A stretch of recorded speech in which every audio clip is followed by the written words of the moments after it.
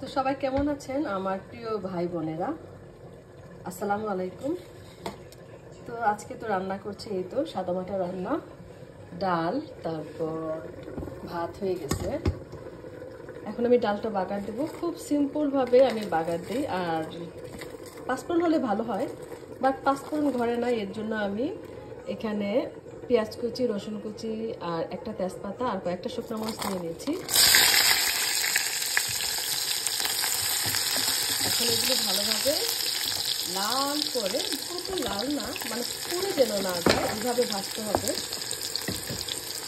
এভাবে ভেজে নিচ্ছি। এটা আসলে সবাই জানে ডাল বাগার দেওয়া, তারপর আমি একটু শেয়ার করলাম আপনাদের সাথে।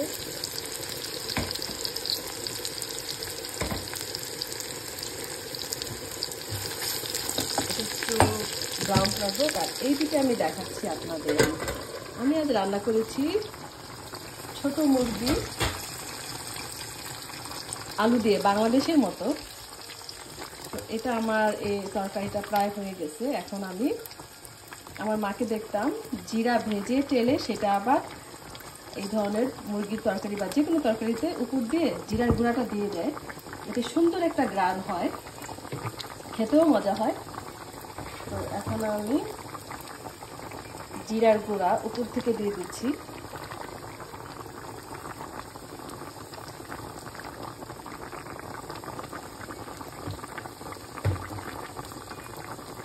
আলু দিয়ে একটু ঝোলঝোল করবো, ভাত দিয়ে ডাল দিয়ে খেতে অনেক মজা। আর সাথে যদি একটু লেবু থাকে আর যদি থাকে আমার গাছের নাগা মরিচ, তাহলে তো আরও মজা হয়।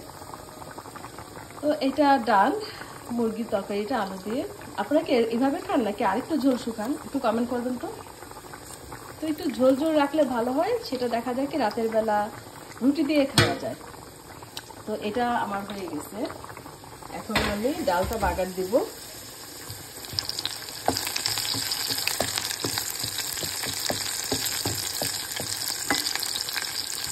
অনেকে হয়তো ভাবছেন তেজপাতা কেন দিলাম, এটা দিলাম আমি আসলে দেখতাম যে আমার মা মাঝে মাঝে এভাবে ডাল বাগার দিত। পাঁচফোড়ন হলে আরো মজা হতো।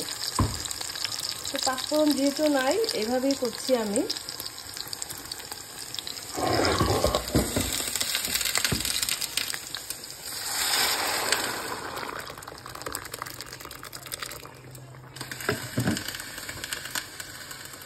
চুলাটা অনেক কমিয়ে রাখছিলাম, এই জন্য এটা সেট করে উঠে নাই।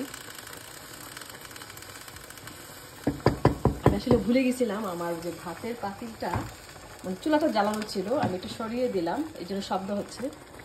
তো এই হচ্ছে আমার আজকের দুপুরের লাঞ্চ বা রাতের ডিনার। রাতে জানি না কি আর কি করবো, হয়তো একটু ভাজি করতে পারি।